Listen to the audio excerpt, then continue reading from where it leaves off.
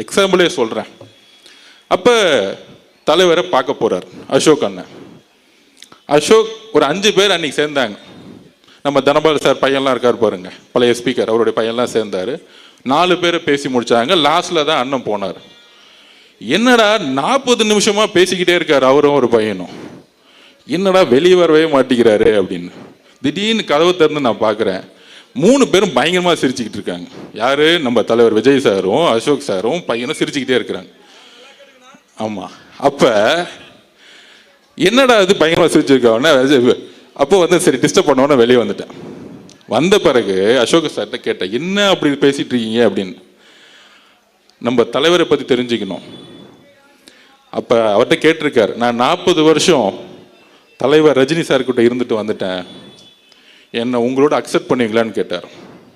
அப்புறம் இன்னொன்று சொன்னார், டிசம்பர் 12ஆம் தேதி ஆனால் நியூஸ் பேப்பரில் நான் விளம்பரம் கொடுப்பேன், நான் அவரை போய் பார்ப்பேன், அதெல்லாம் உங்களுக்கு பிரச்சனையான்னு கேட்கும் பொழுது, உங்களுக்கு தலைவர் எப்படியோ அதே மாதிரி நான் சினிமாவில் இருக்கும்போது எனக்கும் ஒரு தலைவர்னு சொன்ன மனிதர் எங்களுடைய தலைவர். நீங்கள் போய் சிறப்பாக செயல்படுங்க, உங்களுக்கு என்ன வேணும்னு கேட்டார். அப்போ அசோக் சார் சொன்னார், நான் ஹார்பர் தொகுதியில் போய் வேலை பார்க்குறேன். யார்? அண்ணன் பாருங்க, சேகர் பாபு தொகுதியில் போய் வேலை பார்க்குறேன். உடனே அப்போ சொன்னார், தாராளமாக போய் வேலை பாருங்க அப்படின்னு கூப்பிட்டு, அவருக்கு என்ன வேணுமோ பண்ணி கொடுங்க, கட்சியில் அவருக்கு என்ன பொறுப்பு கொடுக்கணுமோ கொடுத்துருங்க அப்படின்னு சொன்ன தலைவர் எங்களுடைய தலைவர். இதெல்லாம் தெரிஞ்சுக்கணும். ரஜினி ரசிகர் மன்றத்திலிருந்து வந்தவருக்கு கட்சியில பொறுப்பையும் கொடுத்து அவருக்கான அங்கீகாரம் கொடுத்து மேடை ஏற்றிய ஒரே கட்சி நம்மளுடைய தமிழக வெற்றி கழகம். அப்ப நம்மள டைவர்ட்லாம் எப்படி பண்ணுவாங்க, எப்படி ஃபோக்கஸ் பண்ணுவாங்க, அதுக்கு தான் சென்னையில் நடந்த ஆர்ப்பாட்டத்தை பத்தி பேசிட்டு இருந்தேன். அந்த ஆர்ப்பாட்டத்தில் என்ன நடந்துச்சு, இது தலைவர் ரஜினி சார் அவர்களுக்கே தெரியும். அதை நான் எக்ஸ்பிளைன் பண்ண முடியல. என்ன எக்ஸ்பிளைன் பண்ணல, அன்னைக்கு 30 நிமிஷத்துக்கு மேலே பேசிட்டு இருந்தால் காவல்துறை நிப்பாட்டினாங்க.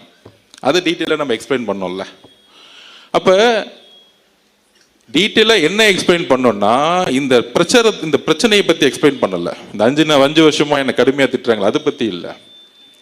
இந்த ஒரு வாரமாக கடுமையான மன வழியில தலைவர் இருக்கிறாரு, நானும் இருக்கிறேன், இங்க இருக்கக்கூடிய பல்வேறு நிர்வாகிகள் இருக்காங்க, தமிழ்நாடே இருக்கு. அது என்னது, அன்னைக்கு ஆர்ப்பாட்டம் தமிழ்நாட்டிலே முதல் முறையாக தமிழகம் முழுவதும் உருவாக்கிய கட்சி நம்மளோட கட்சி. அந்த ஆர்ப்பாட்டம் எதற்கு? சட்டம் ஒழுங்கு பாதுகாப்பு. அதுல என்ன பிரச்சனை, தூத்துக்குடியில இந்த ஊடகங்களையும் ஒட்டுமொத்த தமிழக மக்களையும் எல்லோரையும் நான் கேட்டுக்கிறேன், வலியோடு கேட்குறேன். தூத்துக்குடியில் ஒரு 12th ஸ்டாண்டர்ட் 12ஆம் கிளாஸ் படிக்கக்கூடிய மாணவி, 15 வயசு கூட ஆகல, டெல்லியில் நிர்பயா பாதிக்கப்பட்டார், கற்பழிக்கப்பட்டார், கொல்லப்பட்டார், இந்தியாவே கொதித்து இருந்துச்சு. இந்த பிரச்சனையை திசை திருப்பதுக்கு தான் இவ்வளோ பெரிய நாடகம் 5 நாளாக ஓடிக்கிட்டு இருக்கு. இதை சோசியல் மீடியா வாரியர்ஸும் புரிஞ்சுக்கணும், தமிழக மக்களும் புரிஞ்சுக்கணும். இந்த அவதூறான பிரச்சாரம் எனக்கு எதிராக ஏன் உருவாக்கப்பட்டது அப்படின்னா, இந்த தூத்துக்குடியோடைய மரணம் கொடூரமானது. அன்னைக்கு முதல் முறையாக தமிழக வெற்றி கழகம் தான் இதை உறுதியா சொன்னோம். தூத்துக்குடியில் ஏற்பட்ட மரணம் எப்படிப்பட்டது, 6 மணிக்கு அடுத்த நாளே நான் தூத்துக்குடி போயிட்டேன், வீட்டுக்குள்ள போயிட்டேன். அப்ப அந்த அம்மா சொல்றாங்க, பக்கத்தில் உங்கள் அத்தைக்கு கோவம் வருது, நம்ம மேலேயும் டக்குன்னு கோவப்படுறாங்க. நான் 5 நிமிஷம் பேசி முடிச்சோன்னு அமைதியாக உட்காந்தாங்க. அப்போ அவங்க உறுதியாக சொல்கிறாங்க, என்னன்னா சொல்ல முடியல, வார்த்தைகள் வரல. அவங்க அம்மா சொல்கிறாங்க, என் பொண்ணு 6 மணிக்கு கழிவறை போகிறதுக்கு வீட்டை விட்டு வெளியே போனாங்க, அங்கேருந்து 50 மீட்டர் கூட கிடையாது. 7 மணி ஆச்சு, 7:30 மணி ஆச்சு, காணோம். காவல்துறைக்கிட்ட போகிறோம், போலீஸ் ஸ்டேஷனில் திருப்பியும் காணோம்.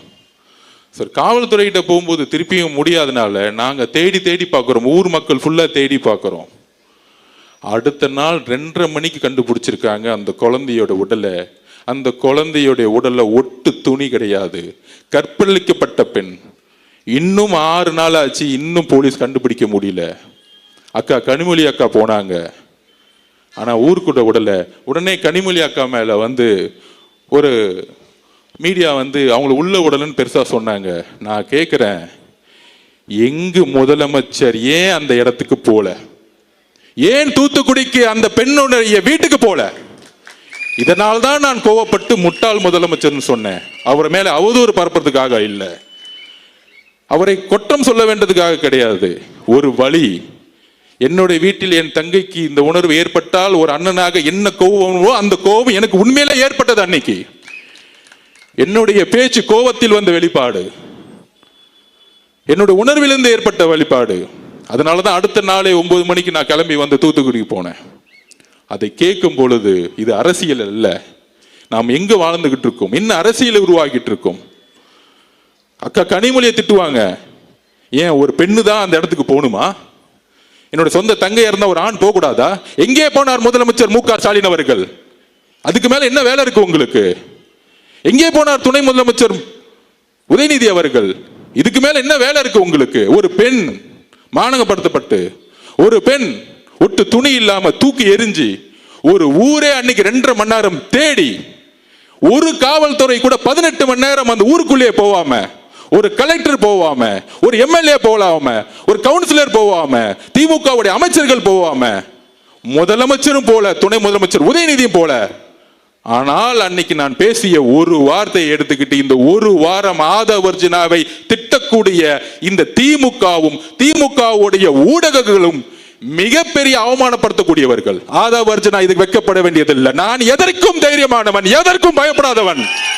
அச்சமில்லை அச்சமில்லை அச்சம் என்பதில்லையே, உச்சி மீது வான் இருந்து வீடு இருந்த போதிலும் அச்சமில்லை அச்சம் என்பதில்லையே. 12 வயசுல படிச்சவன் பாரதியார் கவிதையை.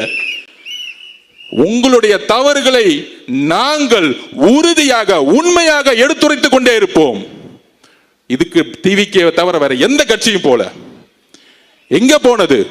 திமுக கூட்டணியில் இருக்க 22 கட்சி யார் பாதிக்கப்பட்ட பெண்ணுடைய வீட்டுக்கு போனாங்க? அந்த அம்மா கிட்ட பேச போனாங்களா?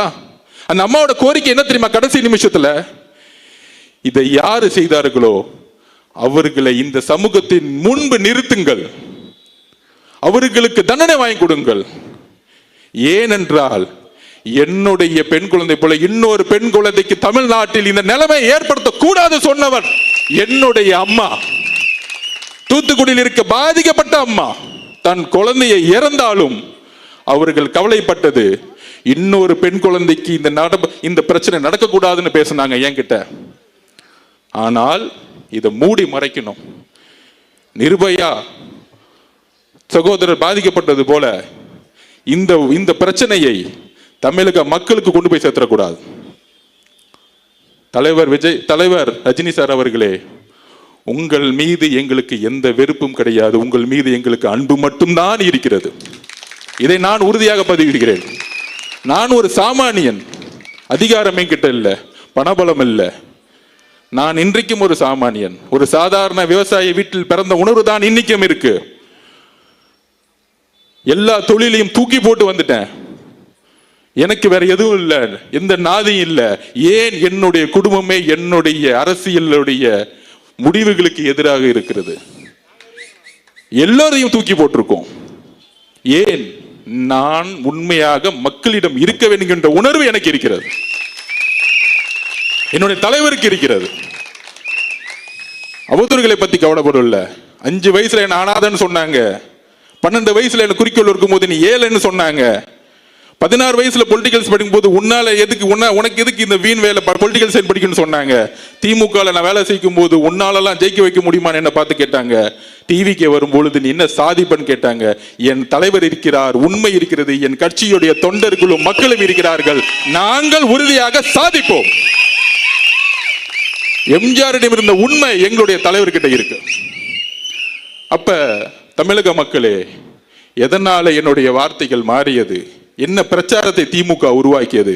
மற்ற கட்சிகள் எதனால உருவாக்கிறாங்க? நாம் எந்த காலகட்டத்தில் நம்ம இருக்கிறோம் யோசிச்சு பாருங்க. நான் இன்றைக்கு உறுதியாக சொல்லுகிறேன், இன்றைக்கு நோன்பு மாதம்.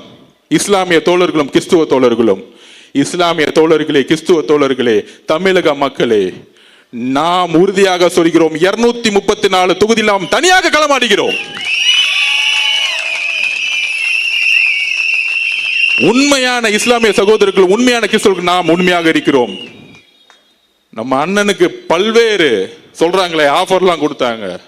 50-50, நீங்க 90 நான் 90, நீங்க முதலமைச்சர் 2.5 வருஷம் நான் முதலமைச்சர் 2.5 வருஷம், எல்லா ஆஃபரும் கொடுத்தாங்க.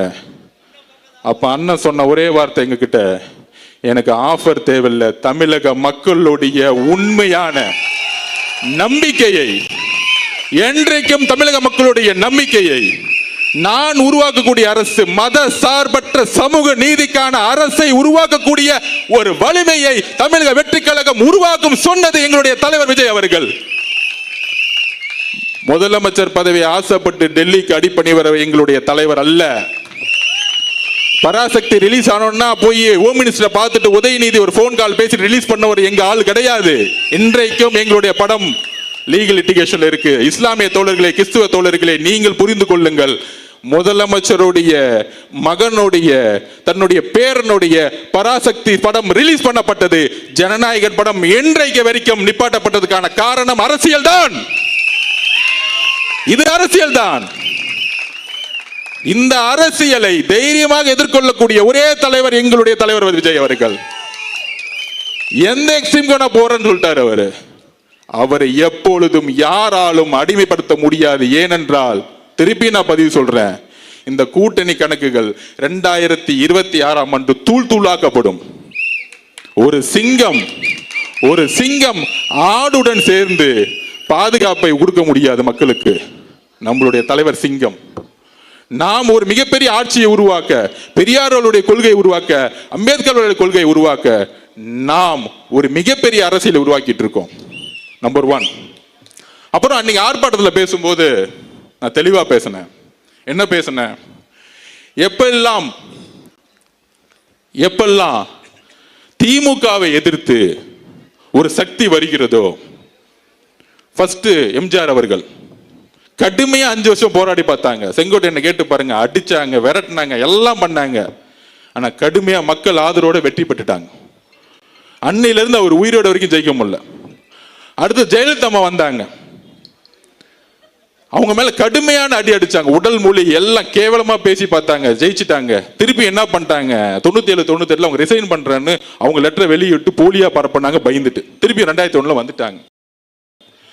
அந்த அம்மா இருக்கிற வரைக்கும், கருணாநிதி ஐயா இருக்கிற வரைக்கும் தமிழ்நாடு சூழ்நிலை வேற மாதிரி இருந்துச்சு.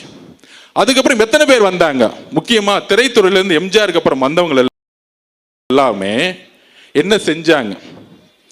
ஃபர்ஸ்ட் நம்ம கேப்டன் விஜயகாந்த் அண்ணன் நமக்கு பிடிச்சவர், அன்பானவர், நல்லவர், வலுவானவர். என்ன அவதூறு சொற்களை சொல்லி, என்ன கட்டமைப்பை உருவாக்கி, என்ன பிரச்சாரத்தை உருவாக்கி, நான் மிரட்டல் சொன்னது ஒருத்தர் நேரா கூப்பிட்டு மிரட்டுறது கிடையாது. அவதூறு பிரச்சாரங்கள், கீழ்த்தரமான பிரச்சாரங்கள், தனிப்பட்ட முறையில் பிரச்சாரங்கள், இதையெல்லாம் உருவாக்கி அவரை எந்த அளவுக்கு வீழ்த்தினாங்கன்னு தெரியும் உங்களை. இதைதான் நான் பதிவு பண்ணேன். அதுக்கப்புறம் பாசமிகு நம்மளுடைய ரஜினிகாந்த் சார், அவரும் கட்சியை உருவாக்கணும்னு சொல்லும் போது நான் தேர்தலில் வேலை பார்த்தேன். அப்ப நாங்க சர்வே எடுப்போம். சர்வே எடுக்கும் பொழுது அவர் கட்சி ஆரம்பிக்கணும்னு சொன்ன உடனே காமிச்சது 18%. நான் உண்மையை சொல்றேன், எடுத்த உடனே 18% காமிச்சிச்சு. அது அவருக்கு தெரியுமான்னு தெரியல. அப்ப நான் களத்துல வேலை பார்த்துட்டு இருக்கேன். அப்ப 18% எடுத்த உடனே திமுக பயம் வந்துருச்சு. அப்ப என்ன மாதிரி போலி கருத்துக்களை உருவாக்கணும், இதை தான் நான் மிரட்டல்னு சொன்னேன்.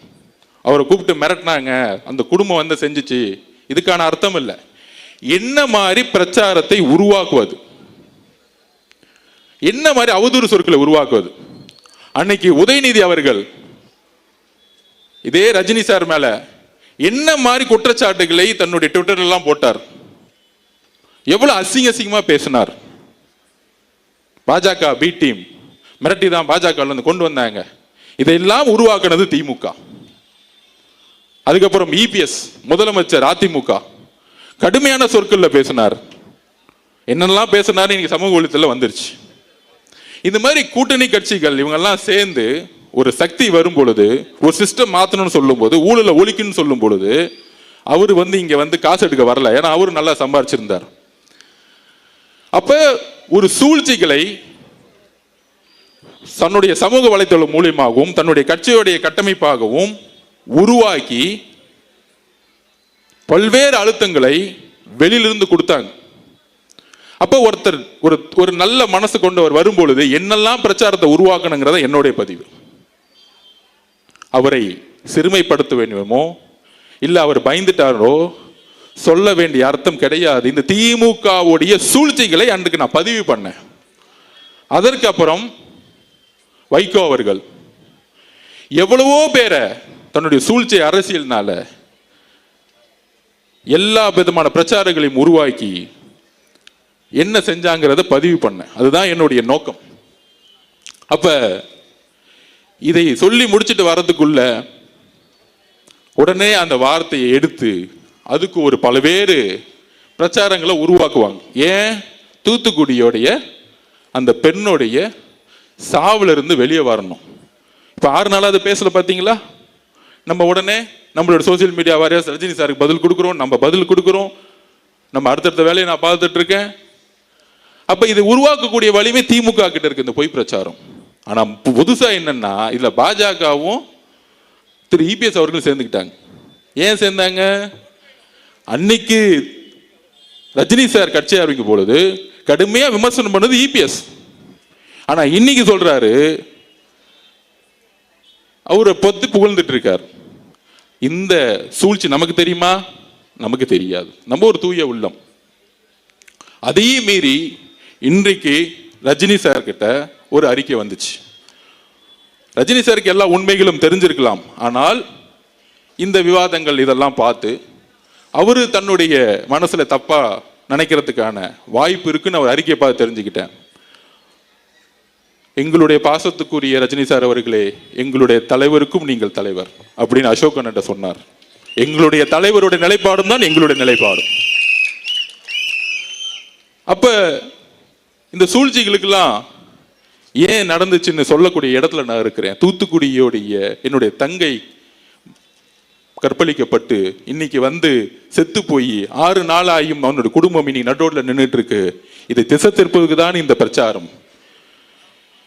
இந்த திசை திருப்பிலிருந்து இதுக்கான விஷயத்தை நான் பதிவு பண்ணணும்னு நினைச்சேன். அதான் இன்னைக்கு பதிவு பண்ணேன். இந்த கடிதத்தில் இந்த அறிக்கையிலிருந்து பாசத்துக்குரிய ரஜினி சார் அவர்களுக்கு நான் பதிவு பண்ணக்கூடியது, அப்படி உங்களுக்கு நான் சொல்ல வேண்டிய நோக்கம் வேறு, உங்களுக்கு வருத்தம் ஏற்பட்டிருந்தால் என்னுடைய வருத்தத்தையும் என்னுடைய மன்னிப்பையும் பகிரமாக நான் கேட்டுக்கொள்கிறேன். ஏனென்றால் என்னுடன் நீங்கள் வயதில் மூத்தவர், அதற்கான தார்மீக கடமை இருக்குது. நான் வேற யாருக்கும் பதில் கொடுக்கறதுக்கு நான் இங்க வரல. அவருடைய அறிக்கையை படித்தேன். அவருக்கு ஒரு உணர்வு ஏற்பட்டிருக்குது. அந்த உணர்வுக்கு நான் மரியாதை கொடுக்கிறேன். ஆனால் இந்த திமுகவுடைய சூழ்ச்சிகள் 22 கட்சிகள் கூட்டணி உருவாக்கி திருப்பி ஆட்சிக்கு வரணும் ஒரு பொய்யான பிரச்சாரத்தை உருவாக்கப்படுகிறீங்களா? அதெல்லாம் தூக்கி எறியக்கூடிய ஒரே வலிமை நம்ம கட்சிக்கு மட்டும்தான் இருக்கு. அப்ப இந்த தூத்துக்குடி பெண்ணுடைய மரணத்திலிருந்து திசை திருப்பதுக்கான எல்லா நாடகங்களையும் உருவாக்குவாங்க. அந்த நாடகங்கள் தான் நம்ம ஃபோக்கஸ் பண்ணணும். இதை விட்டுட்டு நம்ம எங்கேயும் டைவர்ட் ஆகக்கூடாது. திமுகவுடைய சூழ்ச்சிகள், திமுகவோட தவறுகள், திமுகவோட பொய் பிரச்சாரங்கள், திமுகவுடைய எல்லா தவறுகளையும் சொல்ல வேண்டிய பொறுப்பு நம்ம கிட்ட இருக்கு. நம்ம டைவர்ட் ஆகக்கூடாது. ரஜினி சார் நீங்க அரசு இல்லை, நம்ம எதுக்கு அவரோட சண்டை போட போனோம்? அவர்கிட்ட நம்ம எதுக்கு ஃபைட் பண்ண போறோம்? அது இல்லை நம்ம நோக்கம். என்னெல்லாம் செஞ்சாங்க, ஒரு புதிய அரசியல் கட்சி தொடங்கும் போது திமுக குடும்பம் என்னெல்லாம் பேசினாங்க, முரசொலியில இதே ரஜினிகாந்த் சாரை பத்தி என்னெல்லாம் எழுதுனாங்க, இதெல்லாம் எப்ப நடந்துச்சு? 5 வருஷத்துக்கு முன்னாடி. இன்னைக்கு ரஜினி சார் இயக்கத்துல இருந்து வந்தவருக்கு ஒரு ஹார்பர் தொகுதியில பொறுப்பு கொடுத்து வேலை பாருன்னு சொன்ன இயக்கம் டிவிக்கு. அப்ப இதற்கான விளக்கங்கள் நாம் கொடுக்க வேண்டிய இடத்துல இருக்கிறோம். ஏனென்றால் நம்மளுடைய ஒரே போக்கஸ் திமுகவுடைய சூழ்ச்சிகள். இந்த சூழ்ச்சிகளை சொல்ல வேண்டிய இடத்தில் நாம் கடுமையாக இருக்க வேண்டும். நம்முடைய பிரச்சாரம் எப்பொழுதும் திசை திரும்பக்கூடாது. வேற எப்பயும் திசை திரும்பக்கூடாது. நம்மளுடைய நோக்கங்கள் பிஜேபியோட சண்டை போடுவதா? ஆம், கொள்கை ரீதியாக நம்ம சண்டை போடுறோம், கடுமையா சண்டை போடுவோம், இல்ல காம்ப்ரமைஸே கிடையாது. இன்னைக்கு தமிழக வெற்றி கழகம் தான் கொள்கை எதிரின்னு முதல் நாள் டிக்ளேர் பண்ணாங்க. திமுக டிக்ளேர் பண்ண முடியுமா? திமுக முன்னாடியே, நான் திருப்பி சொல்றேன், திமுக முன்னாடியே பிஜேபி கூட சேர்ந்தது. இனிமேட்டு எதிர்காலத்தில் சேர மாட்டாங்கன்னு சொல்ல முடியுமா? எப்ப வேணா சேருவாங்க அதிகாரத்துக்காக. ஆனால் கொள்கை எதிரின்னு சொன்ன இயக்கம் நம்மளுடைய கட்சி. அந்த அளவிற்கு நாம் கொள்கைகளை உள்வாங்கி 234 தொகுதியிலும் உறுதியாக உண்மையாக நாம் போட்டியிடுவதற்கு எல்லா விதமான மக்கள் ஆதரவு நமக்கு இருக்கு. எந்த அழுத்தங்களும் நமக்கு கிடையாது. எந்த அழுத்தங்கள் இருந்தாலும் நாம் எதிர்கொள்வோம். இதுதான் உண்மை. அதில் மிகப்பெரிய வெற்றியும் பெறுவோம். அதனால நம்மளுடைய கொள்கைகளும் கோட்பாடுகளும் தெளிவா இருக்கு. கொளத்தூர்ல ஆரம்பிச்சு முதலமைச்சர் இங்கு தோற்கடிக்கப்படணும். முன்னாள் முதலமைச்சர் ஆக்கக்கூடிய வலிமை கொளத்தூர் மக்களுக்கு இருக்கு. மு.க. ஸ்டாலின் அவர்கள் தோக்கணும்னா முதல்ல கொளத்தூர் மக்கள் இருந்து நம்ம ஆரம்பிக்கணும். அவர் ஒண்ணு செஞ்சிருக்காரு. ஒரு உண்மையை இங்க பண்ணியிருக்கிறார். வாக்குறுதியை நிறைவேற்றிட்டார். கொளத்தூரை உண்மையால குளமா மாத்திருக்கிறார். மழை வரும்போது இங்க குளமாயிடும். அதனால இந்த கூட்டணிகள், கூட்டணி கட்சிகள், அழுத்தங்கள் இதெல்லாம் கிடையாது. நம்மளுடைய இந்த திருப்பியும் லாஸ்ட் ஒரு வாரமா பாருங்க, இவங்க டெல்லியோட சேர்ந்துருவாங்களா, பிஜேபியோட சேர்ந்துருவாங்களா, அதிமுக சேர்ந்துருங்களா, எதுவுமே கிடையாது. தலைவர் நேற்று வந்தாரு, வாரும் வந்தாரு, தெளிவுபடுத்தினாரு. நம்ம முதல் நாள்ல மாநாட்டில் என்ன சொன்னனோ இன்னைக்கும் அந்த உறுதியில் தான் இருக்கேன். சிஎம்ஏ ஆஃபர் கொடுத்தாலும் எனக்கு தேவையில்லை. தமிழக மக்களுடைய நம்பிக்கையில தான் நான் உறுதியாக இருப்பேன், உண்மையாக இருப்பேன். வெறும் பதவிக்காக வரல, மக்களிடம் உண்மையாகவும் நம்பிக்கையாகவும் நான் இருப்பேன்னு சொல்லியிருக்கிறார். அதனால நம்மளுடைய போக்கஸ் எங்க இருக்கணும்? நம்மளுடைய போக்கஸ் திமுகவுடைய சூழ்ச்சிகளையும் தவறுகளையும் மக்களுடைய பிரச்சனையும் எடுத்துக்கூடிய இந்த 30 நாளும் கடுமையா நம்ம உழைக்கணும். வேற எந்த போக்கஸும் நம்ம கிடையாது. வேற எந்த ஈகோவும் கிடையாது. வேற எந்த தலையில தனக்கணமும் நம்ம கிடையாது. இங்க நம்ம வீரன் அதெல்லாம் கிடையாது. நம்ம ஜெயிக்கணும், எலெக்ஷன்ல ஜெயிக்கணும், இந்த ஆட்சியை தூக்கி எறியணும், சென்ட் ஜார்ஜ் கட்டில உண்மையான மக்கள் ஆட்சியை உருவாக்கணும். இதுதான் நான் சொல்ல வரேன். அதனால நாம் மக்கள் ஆட்சியை நம்மளுடைய தலைவருடைய வழிவில் உருவாக்குவோம். இந்த கொளத்தூர் முடிச்சுட்டு நாளைக்கு ஹார்பர்ல நம்ம அசோக் அண்ணனை வச்சு ஒரு மீட்டிங்கை போடுவோம். அடுத்து சேகர் பாபு அண்ணனுக்கு அடுத்த ஒரு மீட்டிங்ல கொஞ்சம் பதில் சொல்ல வேண்டியது இருக்கு. கூடிய சந்திப்போம். தேங்க்யூ.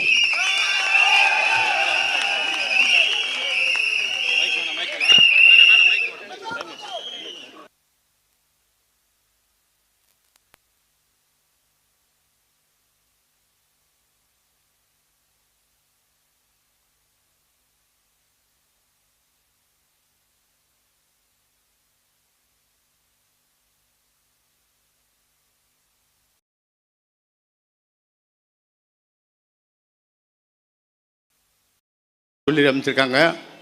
அதனால அவருக்கும் தேர்தல் பிரச்சார குழு உறுப்பினர் ஜேசிடி பிரபாகர் அவர்கள் பிறப்புக்கும் எல்லா உயிருக்கும் என்கிற தத்துவத்தினை முன்வைத்து பிறப்பால் அனைத்து மனிதர்களும் சமம் என்கிற எங்களின் கொள்கை கோட்பாட்டினையும் முன்வைத்து எங்கள் கழக தலைவர் அண்ணன் தலைவர் தளபதி அவர்களின் உத்தரவின்படி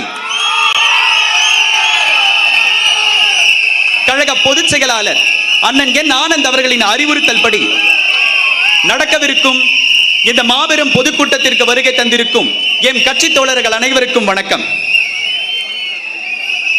எவரும் எதிர்பாராத ஒரு அரசியல் திருப்பம். ஆம், எவரும் எதிர்பாராத ஒரு அரசியல் திருப்பம். ஏன், ஒரு மாநில அரசு முதல் ஒரு மத்திய அரசு வரை ஒரே ஒரு மனிதரை பார்த்து பயப்படுகிறது என்றால் அது தளபதி என்ற அந்த ஒற்றை வார்த்தைக்காகவும் தமிழக வெற்றி கழகம் என்கிற ஒரு மாபெரும் இயக்கத்திற்காக மட்டுமே. அப்பேற்பட்ட நமது கழக தலைவர்களில் நமது படைத்தலைவர்களாக விளங்கும்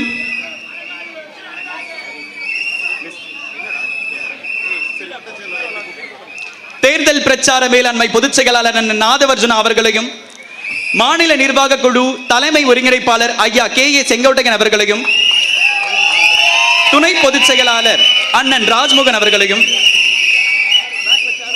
கழக பரப்புரை செயலாளர் அண்ணன் நாஞ்சில் சம்பத் அவர்களையும் தேர்தல் பிரச்சார குழு உறுப்பினர் ஜேசிடி பிரபாகர் அவர்களையும் இதற்கும் மேலாக எங்களுக்கெல்லாம் இந்த கொளத்தூர் சட்டமன்ற தொகுதியில் ஒரு அடையாளமாக விளங்கும் கொஞ்சம் கழக தோழர்கள் லைவ். நமது நாட்டின் விடுதலைக்காகவும் நமது மக்களின் உரிமைகளுக்காகவும் தமிழ் மண்ணிலிருந்து தீரத்துடன் போராடி உயிர் நீர்த்த எண்ணற்ற வீரர்களின் தியாகத்தை எப்பொழுதும் போற்றுவேன். நமது அன்னை தமிழ் மொழியை காக்க உயிர் தியாகம் செய்த மொழிப்போர் தியாகிகளின் இலக்கை நிறைவேற்றும் வகையில் தொடர்ந்து பாடுபடுவேன். இந்திய அரசியலமைப்பு சட்டத்தின் மீதும் இறையாண்மை மீதும் நம்பிக்கை வைத்து அனைவருடன் ஒற்றுமை, சகோதரத்துவம், மத நல்லிணக்கம், சமத்துவம் ஆகியவற்றை பேணி காக்கின்ற பொறுப்புள்ள தனி மனிதராக செயல்படுவேன். மக்களாட்சி, மதச்சார்பின்மை, சமூக நீதி பாதையில் பயணித்து என்றும் மக்கள் நல சேவகராக கடமை ஆற்றுவேன் என உறுதி அளிக்கிறேன். சாதி, மதம், பாலினம், பிறந்த இடம் ஆகியவற்றின் பெயரில் உள்ள வேற்றுமைகளை களைத்து மக்களிடையே விழிப்புணர்வை ஏற்படுத்தி அனைவருக்கும் சம வாய்ப்பு, சம உரிமை கிடைக்க பாடுபடுவேன். பிறப்புக்கும் எல்லா உயிர்க்கும் என்ற சமத்துவ கொள்கையை கடைபிடிப்பேன் என்று உளமாற உறுதி கூறுகிறேன். நன்றி.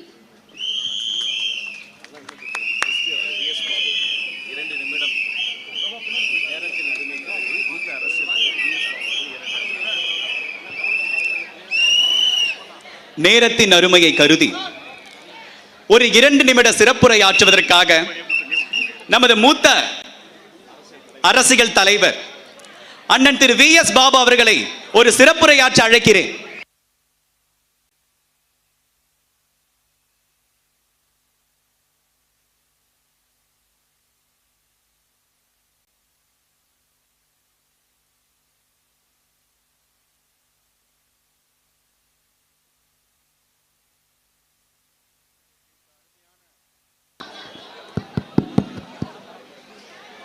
தமிழக வெற்றி கழகத்தினுடைய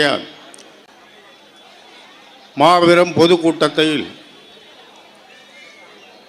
கலந்து கொண்டு இங்கே நம்முடைய கழகத்தினுடைய பொதுச் செயலாளர் மரியாதைக்குரிய அண்ணன் ஆனந்தன் அவர்கள் வரவில்லை என்றாலும் நிறைய வேலை இருக்குதுன்னு அண்ணன்கிட்ட சொல்லி அமைச்சிருக்காங்க. அதனால் அவருக்கும் என்னுடைய நன்றியை முதலில் தெரிவித்துக் கொள்கிறேன்.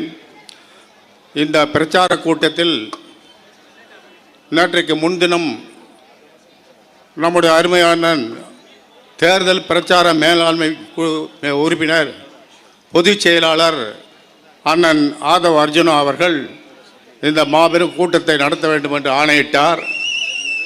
அந்த ஆணையின்படி நம்முடைய மாவட்ட செயலாளரிடம் அனுமதி கேட்டு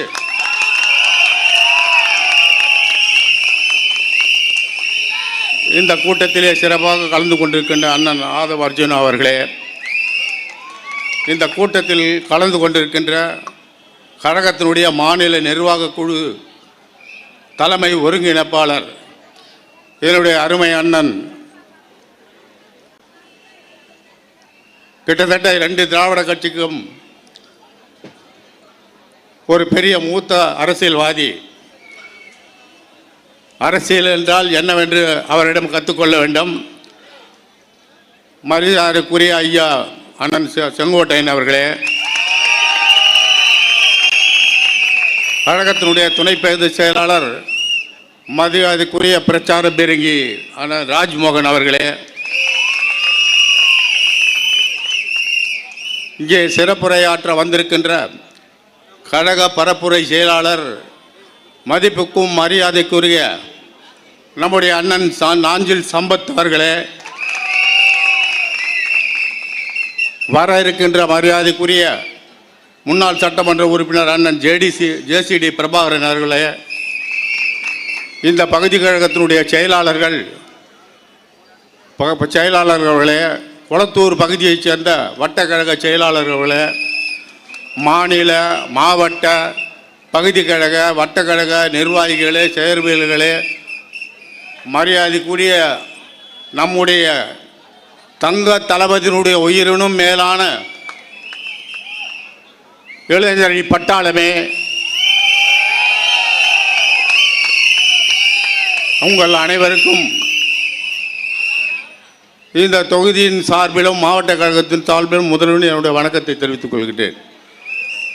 இன்றைக்கு தமிழக வெற்றி கழகத்தினுடைய தங்க தளபதி வருங்கால முதல்வர்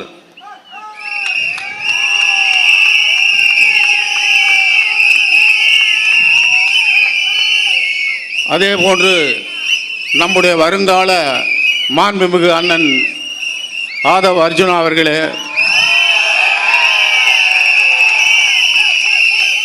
அதே போன்று நம்முடைய அண்ணன் மாண்புமிகு செங்கோட்டையார் அவர்களே,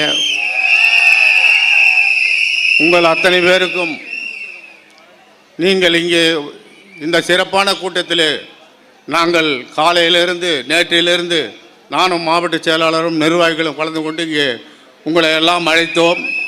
எங்களுடைய அழைப்புக்கேற்று நீங்கள் வந்ததுக்கு முதலில் உங்களுடைய கால்களிலே ஊர்ந்து வணங்கி நான் வேண்டிக் கொள்கிறேன். இன்றைக்கு இந்த ஆட்சி எப்படி நடக்கிறது எனக்கு பின்னால் அண்ணன்கள் இங்கே சொல்ல இருக்கிறார்கள். என்னை பொறுத்தவரை கேட்டால் இந்த ஆட்சி நேற்று 15ஆம் தேதியே போயிடுச்சு. 15ஆம் தேதியே போயிடுச்சு. அண்ணன் தங்க தளபதி அவர்கள் 15ஆம் தேதி முதலமைச்சர் ஆகிட்டார். இங்கே 2 பேரும் மாண்புமிகு ஆகிட்டாங்க. எங்கள் அண்ணன் ஆதவ அர்ஜுனா அவர்களும் அண்ணன் செங்கோட்டையாவும் மாண்புமிகு ஆகிட்டாங்க. ஏன்னு கேட்டிங்கன்னா, நம்முடைய இங்கே இருக்கின்ற வேட்பாளர் மரியாதைக்குரிய சட்டமன்ற உறுப்பினர் முதலமைச்சர், அவரை நான் அறிவேன், என்னை அவர் அறிவார்.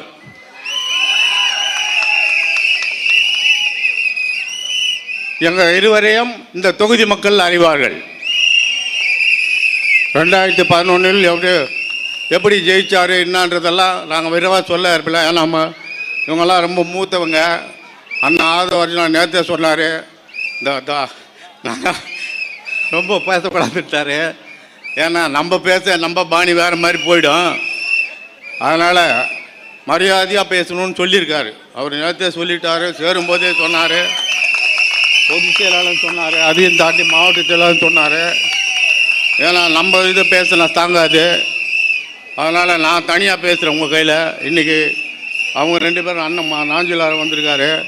அவங்கெல்லாம் பேசுகிறத நம்ம கேட்கணும். அதனால் இந்த ஆட்சி அவலமான ஆட்சி. இந்த ஆட்சியில் என்ன நடக்குதுன்னு உங்களுக்கு தெரியும்.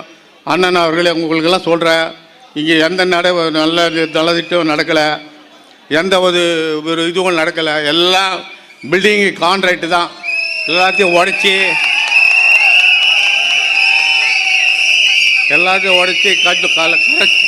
கரெக்ஷன் தான், கமிஷன் தான்.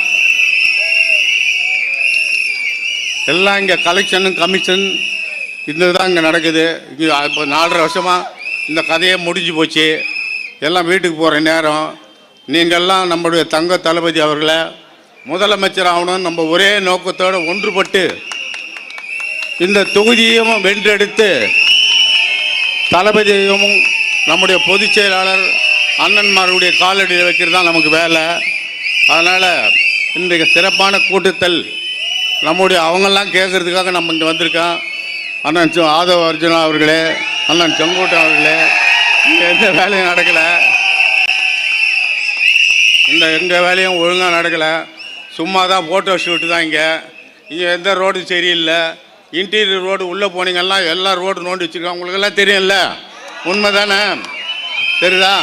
அதனால் நம்ம பட்டியலிட்டு சொல்லலாம். இங்கே எந்த ரோடும் சரி கிடையாது, எந்த வேலையும் சரி கிடையாது. ஏதாவது பில்டிங்கை உடைக்க வேண்டியது, கமிஷன் வாங்க வேண்டியது, சாப்பிட வேண்டியது, இதுதான் வேலை அவங்களுக்கு. அடித்ததெல்லாம் போகிறோம். அதனால் வீட்டுக்கு அனுப்பிச்சிட்டோம். இனிமேல் வர இதில் நம்ம ஒத்துமையாக இருந்து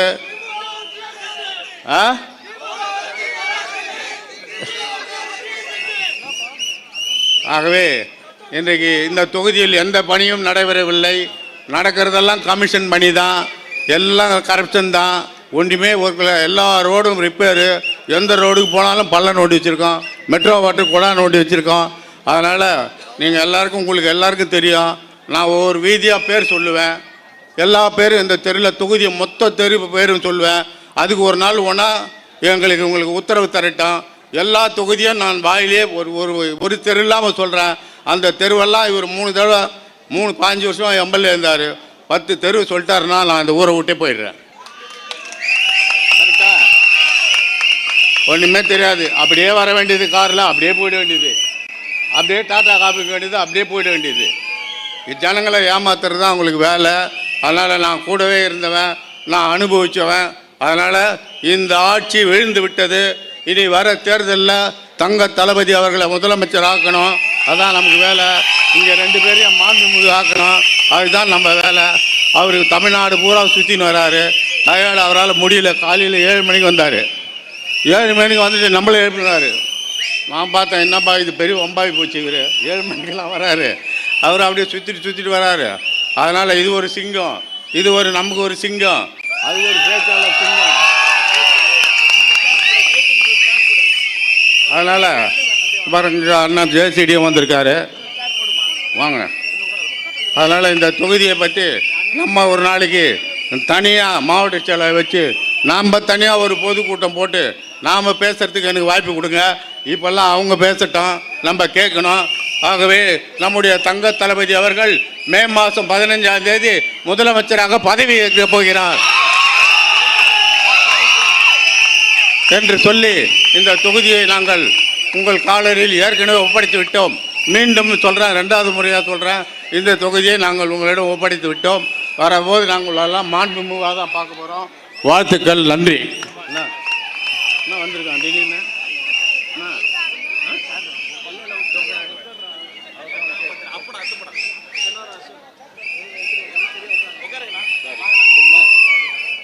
சிறப்புரை ஆற்றியமைக்கு மிக்க நன்றி ஐயா. அண்ணன் தூக்குன அன்னை இப்ப இவ்வளவு நேரம் கொஞ்சிட்டு இருந்த அந்த குழந்தை மட்டும் இல்ல, நம்முடைய தலைவர் தளபதி அவரின் ஆட்சியில் தமிழ்நாட்டில் உள்ள ஒவ்வொரு குழந்தையும் தன் குழந்தையாக எண்ணி அவர்களின் எதிர்காலத்தை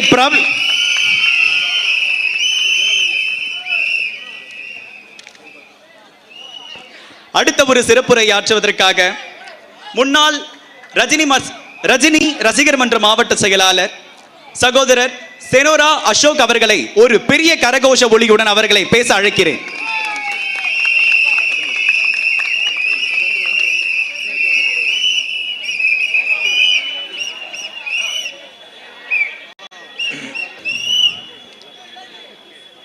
முதல் பொதுக்கூட்டம், அரசியல் பொதுக்கூட்டம் இது. எனக்கு பொது மீட்டிங் நிறைய பேசியிருக்கேன்.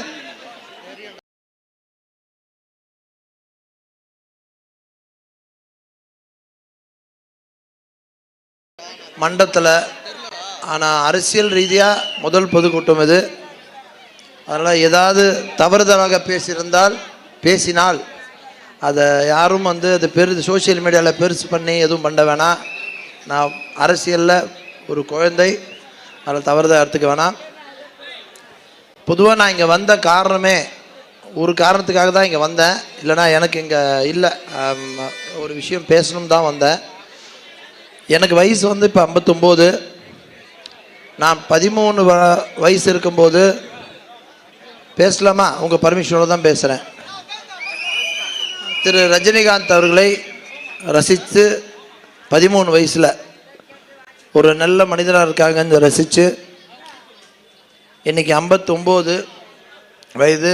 என்னோடய அண்ணனுக்கு திருமணம் செய்து வைத்தது அவர்தான். எனக்கு நல்லது கெட்டது எல்லாம் என் ஆசீர்வதித்தது அவர்தான். இன்றைக்கி நான் ஒரு மனுஷனாக, ஒரு நேர்மையுள்ள மனுஷனாக, கரப்ஷன் இல்லாத ஒரு மனுஷனாக இப்படி தான் வாழணும், எப்படி வாழணுன்றத என் குருநாதர் அவர்கள்லேருந்து நிறைய கற்றுக்கிட்டேன்.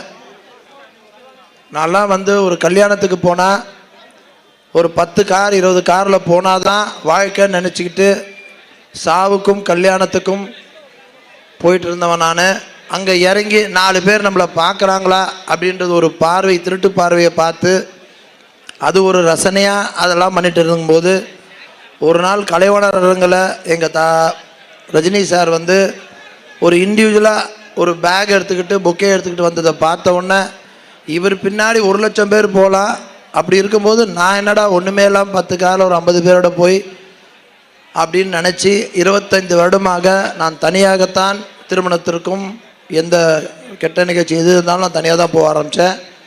அப்படி அவரை பார்த்து கற்றுக்குன்னு இருக்கும்போது எனக்கு அவர் அரசியல் வரவில்லை, அவருடைய உடம்பு சூழ்நிலை. அப்போ கரோனா வந்தது தான் காரணம். அவர் கரோனா வந்தனால டாக்டர்ஸ் வருது, அவர் சின்ன ஆப்ரேஷன்ஸாக நடந்தனால அந்த கரோனா வந்து ஒரு 100 அடி தள்ளி தான் ஒரு மீட்டிங் போடணும் போது க்ரௌட் இல்லாமல் போட முடியாத ஒரு காரணம் தான் டாக்டரோட அட்வைஸில் அவர் அரசியல் வராமல் போன சூழ்நிலை இருந்தது. அப்போ எனக்கு வந்து சர்வீஸ் பண்ணணும் அப்படின்னு ஒரு நல்ல லீடர் வேணும்னு காத்துட்டு இருந்தேன். எனக்கு தெரிஞ்சு எம்ஜிஆருக்கு அப்புறம் ஒரு நல்ல லீடராக நான் யாரையுமே கருதலை, பார்க்கல. அது என்னுடைய நம்பிக்கை, அதாவது யாரும் இருக்கிறது தான் என்னுடைய நினைப்பு, நான் அனலைஸ் பண்ணதில் தெரிஞ்சது. அப்படி இருக்கும்போது நம்ம லீடர் இன்னைக்கு தளபதி அவர்கள், அவர் வந்து சினிமாவெல்லாம் விட்டுட்டு பல கோடி சொத்தை விட்டுட்டு ஒருத்தர் வராருன்னா அது ஒரு பெரிய விஷயம். இந்த காலத்தில் வந்து அம்பானி மாதிரி பணம் இருக்கவங்க கூட 10 ரூபா எடுக்க யோசிக்கிற காலத்தில் 10 ரூபா எடுக்க மாட்டாங்க. பெரிய பணக்காரன் தான் பேரை ஒழிய பணக்காரங்க யாரும் பணம் எடுக்க மாட்டாங்க. ஏங்க பணம் கொடுத்துருவாங்க, பணக்காரன் பணமே எடுக்க மாட்டாங்க, வர்றதை வாங்கி வச்சுப்பாங்களோ கொடுக்க மாட்டாங்க. அதனால் பணக்காரனை குறை சொல்ல, நிறைய பணக்காரர் அப்படி இருக்காங்க, நான் பார்த்துருக்கேன், எல்லாரோட பழகிறத வச்சு சொல்கிறேன். அப்படி இருக்கும்போது பல கோடி 500 கோடி 300 கோடி சொத்தை விட்டு இன்னொரு 20 வருஷம் 30 வருஷம் ட்ராவல் பண்ணுற மனிதர் வராரு, ஏன் வராருன்னு அப்சர்வ் பண்ண ஆரம்பிக்கும்போது என்னுடைய மனைவி என் லீடர் கூட படித்தவங்க, அந்த அம்மா நிறைய சொல்லுவாங்க அவரை பற்றி. சின்ன வயசு எப்படி இருப்பார், அப்படி இருப்பார், டிசிப்ளின் இருப்பார்லாம் என் பொண்டாட்டி சொல்லும். என் பையன் பொண்ணு 2 பேரும் டாக்டர்ஸ். முக்கியமான விஷயம் சொல்லணும், ஒரு நிமிஷம் எக்ஸ்ட்ரா ஆனாலும் மன்னிச்சிருங்க, ஏன்னா இது வந்து 45 வருஷம் அவர் கூட இருந்து வந்த விஷயம், அதனால் சொன்னால் புரியும். அதனால் என் பையன் எல்லாம் டாக்டர்ஸ் இருந்தாங்க. எதனால் இதை சொல்கிறேன்னா, முதல்ல நான் உண்மை பேசுகிறேன்றது உங்களுக்கு தெரியணுன்றதுக்காக சொல்கிறேன். மேடை ஏறிட்டோம் பொய் பேசுகிறன்றது தான் மேடை. இவ்வளோ நாள் பொதுக்கூட்டத்தில் நீங்கள் பேசுகிறதெல்லாம் பொய், உங்களுக்காக பேசுறது, உங்களை ஏமாற்றத்துக்காக பேசுறது. நான் அந்த பேச்சை பேச நான் இங்கே வரலை, நடந்ததை சொல்லணுன்றதுக்காக சொல்கிறேன். இங்கேயும் நிறைய பேர் ரசிச்சிருப்பீங்க. அப்போ அவங்களாம் லீடர் கூட படித்து எங்களோட நண்பர்கள், அண்ணன் பையன் பொண்ணுலாம் வந்து என்னை சொல்லும்போது, ஏன் இவர் வரார, இவர் பின்னாடி நம்ம ஏன் போகக்கூடாதுன்னு சொல்லி யோசிச்சுட்டு ஒரு 15 நாள் முன்னாடி அவர் பார்க்க சென்று இருந்தேன். அதுக்கு முன்னாடி நம்ம ஆதவர்ஜுன் சார் வந்து எனக்கு ஒரு 12-13 வருஷமாக தெரியும், பேஸ்கெட்பால் அசோசியேஷனில். அவர் பேஸ்கெட்பால் பிளேயராக ஒரு ஏழ்மையான குடும்பத்திலேருந்து ஒன்றுமே இல்லாமல் வந்தவர். அது அவர் நான் பேசலாமா என்னன்னு தெரில, அது ஒரு காழ்ப்புணர்ச்சி ஆகிடக்கூடாது. அப்பா அம்மா இல்லாமல் ஒரு ஏழை குடும்பத்தில் எஸ்டிஏ பேஸ்கெட்பால் கோச் வாசலில் இருந்து எனக்கு உள்ள சான்ஸ் கிடைக்காத ஆடுறதுக்குன்னு இருந்த ஒரு மனிதர். வாய்ப்புள்ள நீங்களாம் இதெல்லாம் எடுத்துக்கணும். வாழ்க்கையில் ஒன்றும் இல்லை, அப்பா அம்மாலாம் நினைக்காதீங்க, இண்டிவிஜுவல் நினச்சா முடியுன்றதுக்கு ஒரே ஒரு உதாரணம் ஆதவர்ஜுன். அப்படி வந்து இப்போது நம்ம லீடர் வந்தது 2 வருஷமாக தான், 3 வருஷமாக அரசியல் வந்திருக்கார், மக்கள் நிலையில் தான் இருந்தார்.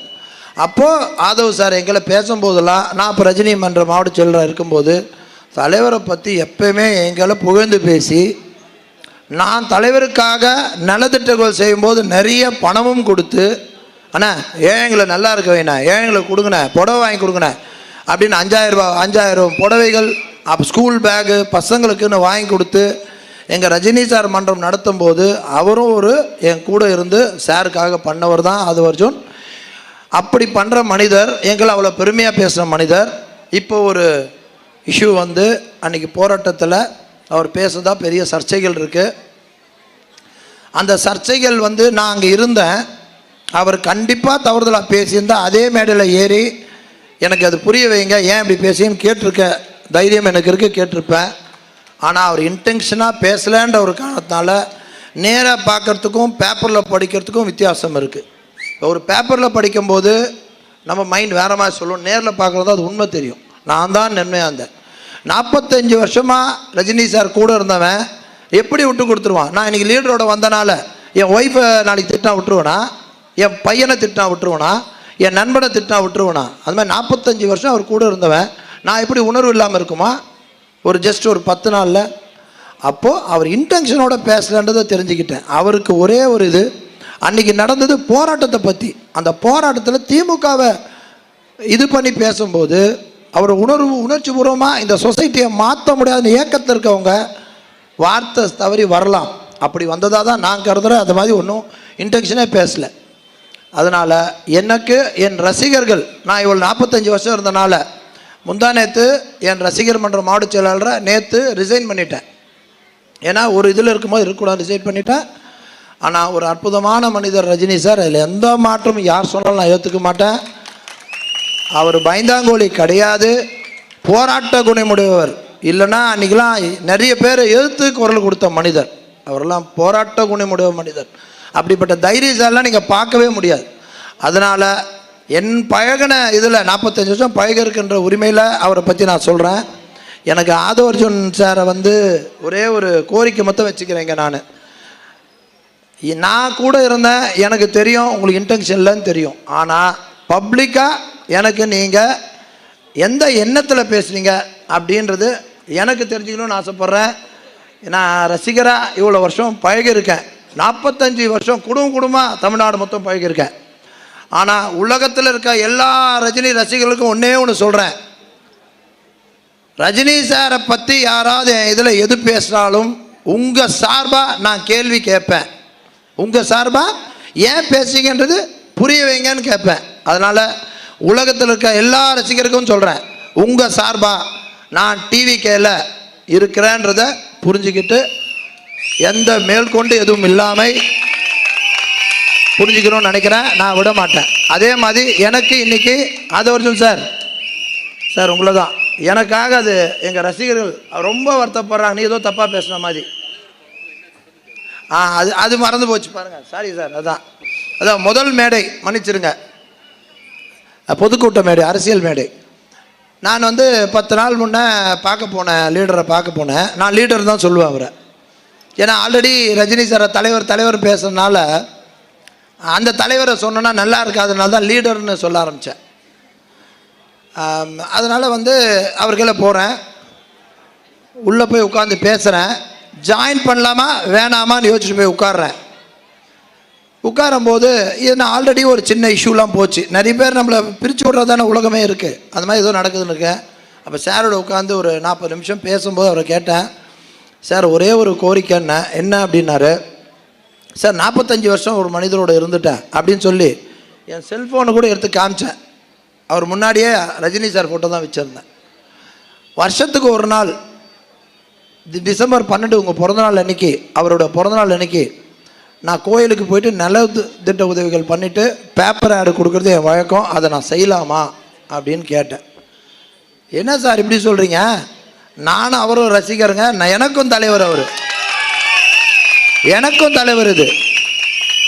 அதனால் அதெல்லாம் இங்கெல்லாம் கிடையாதுன்னு சொல்லி நீ ஸ்க்ரீனில் கூட அதே வச்சுக்கோங்கன்னு சொல்லி அப்படி சொன்ன அடுத்த நிமிஷம் இப்படியாப்பட்ட லீடர், பொறாமை இல்லாமல், எதிர்ப்பு இல்லாமல், யாரும் எதிர்க்காமல் அப்படி இருந்த ஒரு லீடர் தான் நம்மளுக்கு வேணுன்றனால துண்டை எடுத்து கையில் கொடுத்து எனக்கு போடுங்க சார், உங்கள் கையால் போடுங்க லீடர்னு சொல்லி தலையில் போட்டுக்கிட்டு கட்சியில் சேர்ந்தவன் நான்.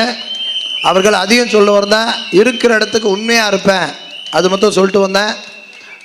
அதே மாதிரி இன்றைக்கும் சொல்கிறேன், 45 வருஷம் பழகினால அவரை தலைவரை என்றைக்கும் மறக்க மாட்டேன். அதனால் யாரும் தயவுசெய்து டிவிக்கு என் லீடர் சார்பாக கேட்டுக்கிறேன், யாரும் தவறுதலாக எதுவும் அவரை பேச வேண்டாம் கேட்டுக்கொள்கிறேன்.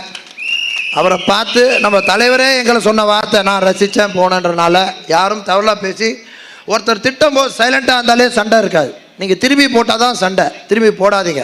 ஒரு மாபெரும் மனிதன், தயவுசெய்து அவர் எதுவும் பேசாதீங்க கேட்டுக்கொண்டு ஆதவ அர்ஜுனா அவர்களை அதுக்கு விளக்கம் கொடுக்குமாறு கேட்டுக்கொள்கிறேன். நன்றி.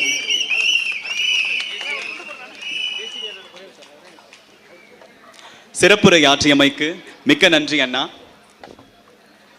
எல்லா மேடைகளிலும் சொல்றது தாங்க, என்னதான் எங்க